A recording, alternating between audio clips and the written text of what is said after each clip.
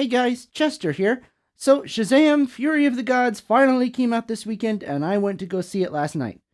I really liked the first one, so I was really looking forward to this. First, I'll give my spoiler free thoughts. All in all, I really enjoyed this. It's not perfect. I have a few small gripes. I'll get more into those in the spoiler territory later. Some people have been saying it's not as good as the first one. Some people say it's better than the first one.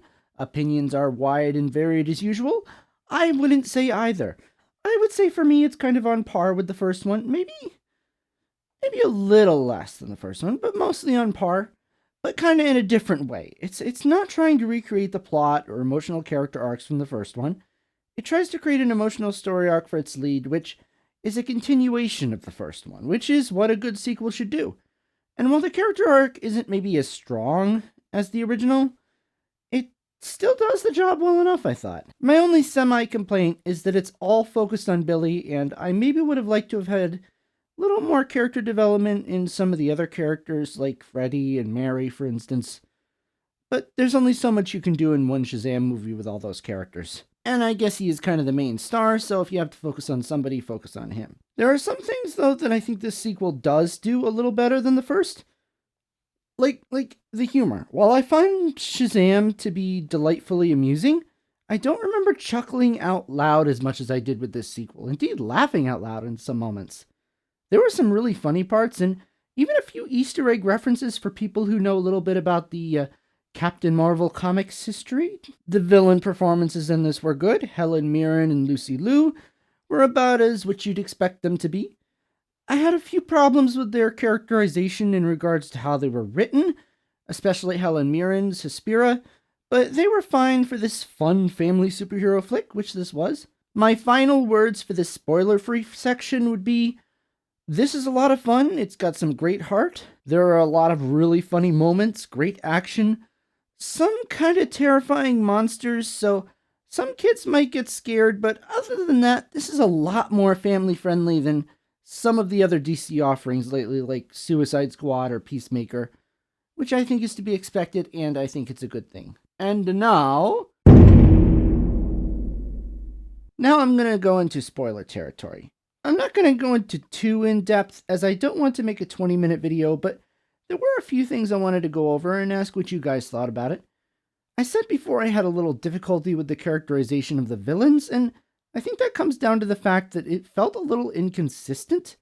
In the opening scene, of course, we see Hespera and Calypso take the staff from the museum and horrifyingly kind of dispose of everyone inside. They're the villains, so that's what you might expect, except that here Hespera seems to malevolently go right along with killing everyone, yet later when Calypso wants to get revenge on the entire human race, she kind of seemed to flip and oppose her. I guess the explanation is that it became too much for her, like she doesn't want to see the tree used for that or something. It worked for me with Anthea because she wasn't there in the museum.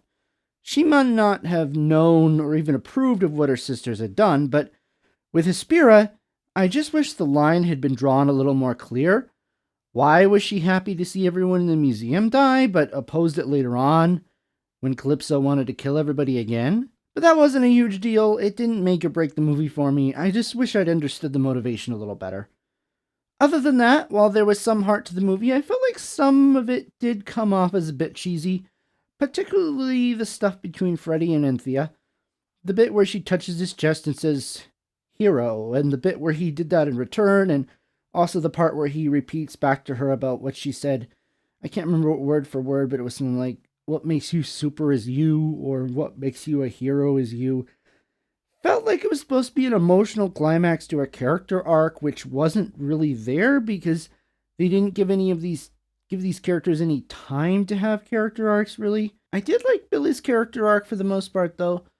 Learning to accept that he needs to let his family be on their own sometimes, that he's not going to lose them. Him sacrificing his life was a surprise, and I thought that was very well done. I knew there had to be some way he was going to come back, but I'm glad they didn't do the old cliche of everyone thinks he's dead, and he coughs and opens his eyes, and everyone's all happy. "Oh, you didn't actually die. I'm so relieved." No, he actually dies. It's really quite dark. Those people saying these movies are too light for some reason, which is just stupid to begin with, but This has some very dark moments, like the opening scene or when the teacher is mind controlled to walk off the top of the building and fall to his death. There are some very dark moments in this also very funny film, and I think that's good. I think you need that balance, especially if you want to appeal to a general audience. I think one of the reasons BVS didn't work for a lot of people is because it was so oppressively dark. You need a little humor, a little levity to relieve the tension, or it becomes too much. I think that's the proper way forward for the DCEU, or DCU rather, and I hope that's the way James Gunn takes it. I think it probably will be. I mean, it is James Gunn. There was a lot of humor in this one, though. There were some really funny moments, so many. The letters as taken down by Steve, the part with the Skittles and the unicorns, the dream with Wonder Woman and the Wizard. That was just hilarious. That was so well done with the CGI, too. And I did like the little comic book references, like Captain Every Power Jr. instead of Captain Marvel Jr., like what Freddie Freeman was in the original Captain Marvel comics. Speaking of which, we got that little reference to Captain Marvel. I like the dad, his lines, especially about like why the house gets hit by lightning so much. Now, as far as the big cameo at the end, I kind of wish that hadn't been spoiled. It was still really cool to see, though. I mean, it was a bit convenient plot-wise, but it fit because they set it up earlier on with those bird letters. He said, "Can you send a letter to Wonder Woman?" And the pen shrugs, and that's hilarious. But yeah, apparently he did. I don't know if he sent her the plan to say, "Hey, bring me back to life," or if he just sent her the letter saying, "Hey, come help us," or something like that. But whatever it was, it was good. It was good to see her. Good to see that connection with the DCEU. The music when she showed up was a little much. I mean, I know that's her theme, and I love that theme, but just playing it while she's walking up to them seemed a little much.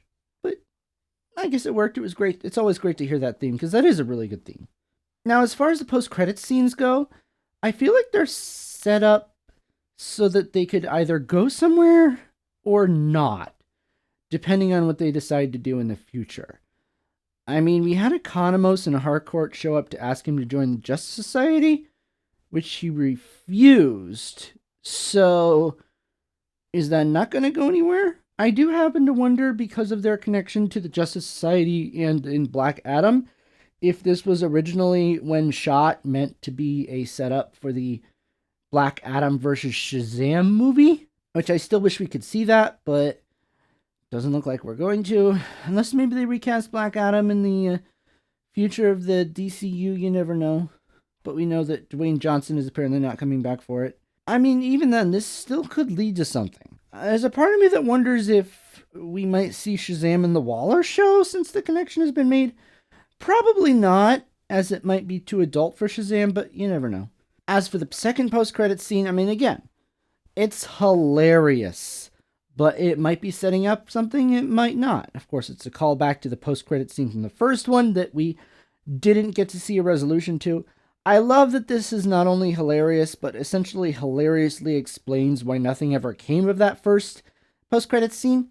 I kind of hope something does come of this eventually, even if it's just like a short opening scene. Like, I was almost wondering at one point if the opening to this movie, the first action scene, like, where we got the bridge, basically. The first action scene was then to be them foiling whatever plot Mr. Mind and Dr. Savannah had come up with, and then we would go into the stuff with the Daughters of Atlas and everything. But didn't turn out to be that. Yeah, I wouldn't mind seeing a Dr. Savannah and Mr. Mind team up for Shazam 3. Should we get that? I hope even if we don't get a Shazam 3, we do see Zachary Levi pop up in future DCU projects. James Gunn has made it clear there is no reason the character couldn't stick around. And as this was at one point supposed to come out after The Flash, seems like he was supposed to originally. My only concern with this Shazam 3 is that despite all the evidence to the contrary, people aren't going to this movie because they have convinced themselves it's going to be erased no matter what, so they're ignoring the movie in protest, which is very, very annoyingly circular.